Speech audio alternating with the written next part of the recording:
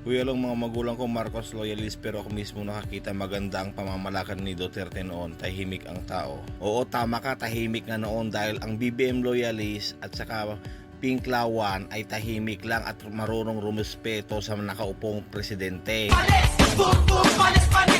Habang ngayon, ang mga ibang DDS ay maingay, reklamador, tamad na, piling pogi pa.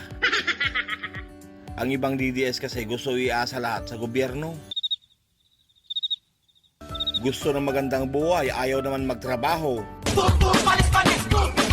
Hindi rin ako sang-ayon sa sinabi mong magandang pamamalakad niya. Subukan din niyang maupo ngayon dahil kami din ang magrereklamo sa mahal na bigas noon, mahal na sibuyas, mahal na sili, mahal na gasolina. Kung makakauwi man si Digong, ilaban niyo ulit bilang Pangulo, paupuin ninyo. Kami din ang maghahanap sa kanya ng 7 per kilo ng bigas. Alam ko, sasabihin na naman ninyo na i-reduce lang ang sinabi ni Tatay Digong ninyo. Reduce up to 7 per kilo ng bigas. Pero uunahan ko na kayo. Nagawa ba niya? Kami din ang magrereklamo kung sino ang nagpasok ng peking bigas noon. Panay ang hanap nyo sa First Lady ah. Sige, paupuin nyo ulit si Digong. Hahanapin din namin kung sino ang First Lady niya.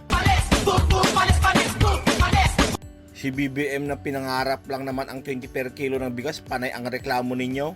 Si Digong na pinangakuan kayo ng 7 per kilo ng bigas, hindi kayo nagreklamo. Paupuin nyo ulit si Digong at kami din ang magrereklamo sa pogo na yan. Ang ibang DDS kasi hindi nag-iisip na ang tunay na leader pinagkakaisa ang taho, hindi pinag-aaway-away, hindi pinaghati-hati. Pero ang Tatay Digong ninyo gustong humiwalay. Yan ba yung sinasabi ninyong tamang pamamalakad?